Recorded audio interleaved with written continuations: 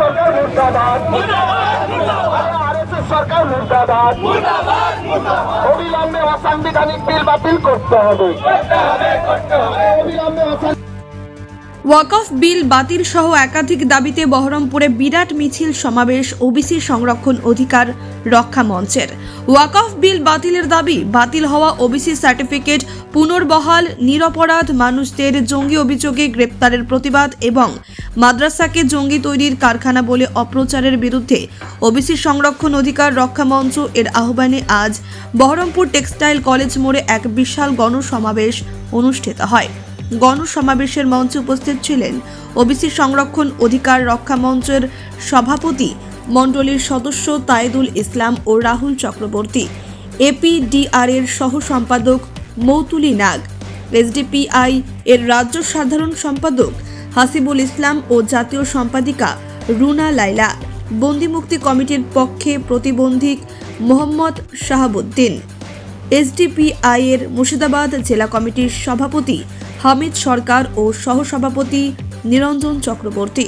সমাবেশে এসডিপিআই এর রাজ্য সাধারণ সম্পাদক হাসিবুল ইসলাম বলেন, যেভাবে আমাদের পূর্বপুরুষরা রক্ত দিয়ে ইংরেজদের তাড়িয়েছিলেন, সেভাবেই ওয়াকফ বিল বাতিল করতে হবে। লাখো যুবক শহীদদের পথ বেছে নিলেও ওয়াকফ সম্পত্তির ওপর আঘাত আমরা বরদাস্ত করব না। এসডিপিআই প্রথম সারিতে থেকেই লড়াই করবে।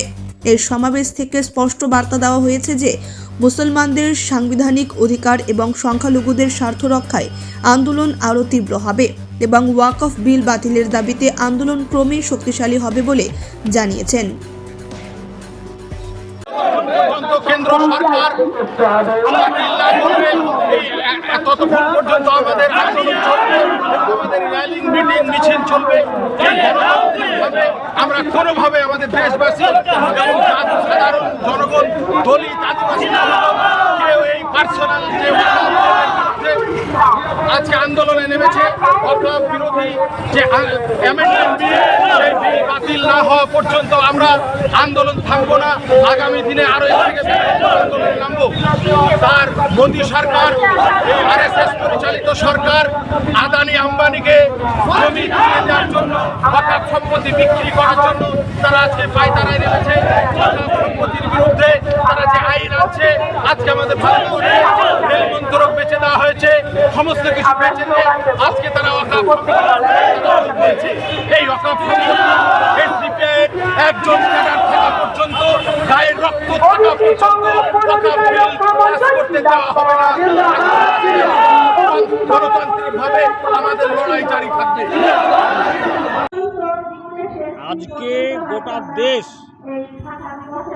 উগ্র হিন্দুত্ব ফ্যাসিস্ট শক্তির কবলে, সোজা কথা বললে আরএসএস এবং আরএসএসের যে বিভিন্ন বাহিনী, সংঘ পরিবারের সদস্য এবং আরএসএসের রাজনৈতিক শাখা বিজেপি, তাদের তত্ত্বাবধানে গোটা দেশকে ধ্বংস করার শেষ পর্যায়ে নিয়ে এসেছে। দেশের সংবিধান, দেশের আইন, দেশের সাম্প্রদায়িক সম্প্রীতি, দেশের ইতিহাস ঐতিহ্য সমস্ত কিছুকে ধ্বংস করে দিতে চাইছে।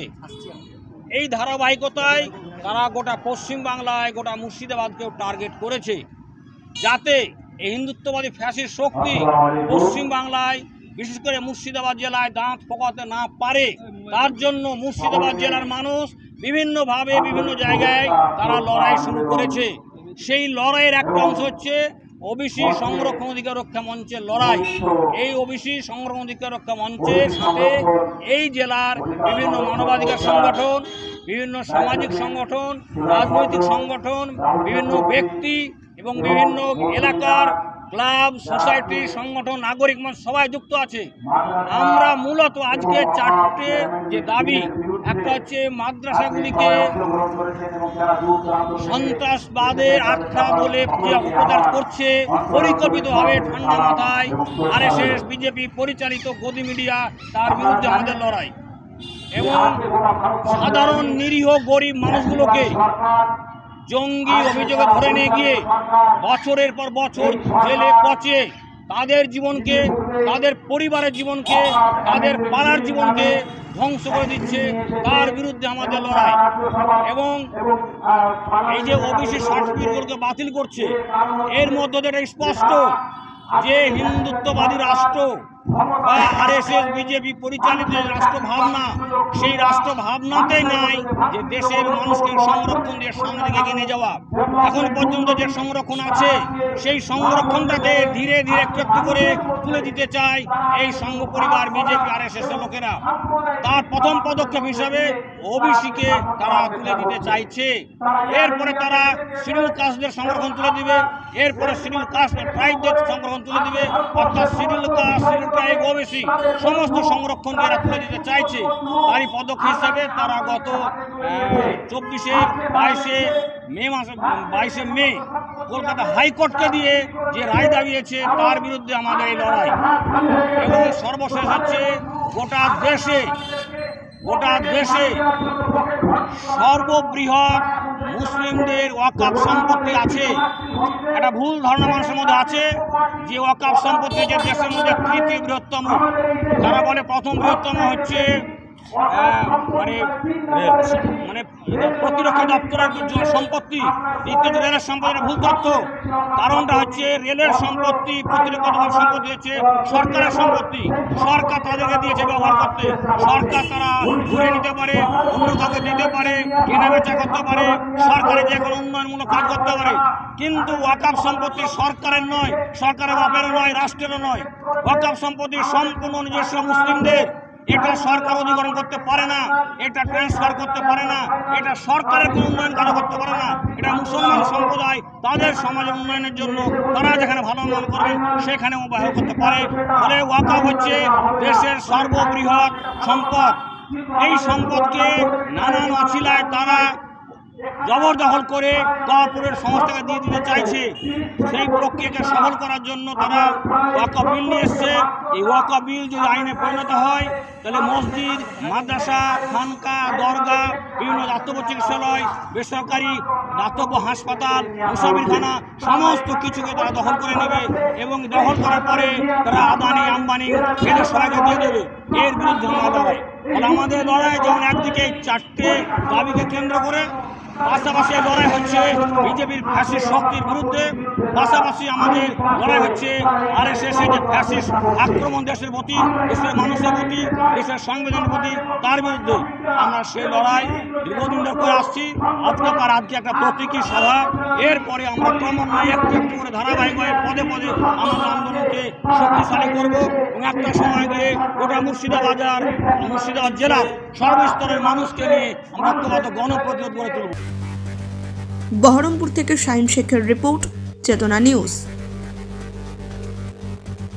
হলমার্ক সোনার গহনার বিপুল সম্ভার নিয়ে এলো জীবন্তীর সাকিব জুয়েলার্স। এখানে পাবেন দুর্দান্ত অফার। সোনার গহনার বিশ্বস্ত প্রতিষ্ঠান Jibanti Sakib jewellers and makers. একাধিক আকর্ষণীয় সোনার গহনার নকশা নিয়ে হাজির সাকিব জুয়েলার্স। নেকলেস থেকে কানের দুল, আংটি থেকে বিয়ের শাখা, পলা, নোয়া বাঁধানো সব ধরনের গহনাই পাবেন জীবন্তীর একমাত্র বিশ্বস্ত প্রতিষ্ঠান সাকিব জুয়েলার্সে। এখানে গ্রাহকের মনের মতো করে গয়না তৈরি করে দেওয়ার ব্যবস্থা রয়েছে। শুধু সোনার গহনাই নয়, কম দামে রূপোর, চাঁদির গহনার অভাবনীয় কালেকশনও রয়েছে জীবন্তী সাকিব জুয়েলার্স অ্যান্ড মেকার্সে। আমাদের ঠিকানা জীবন্তী বাস স্ট্যান্ড, শাহিদ হাজি মার্কেট, কান্দি, মুর্শিদাবাদ। যোগাযোগ নম্বর 9932846770 অথবা 7478666786।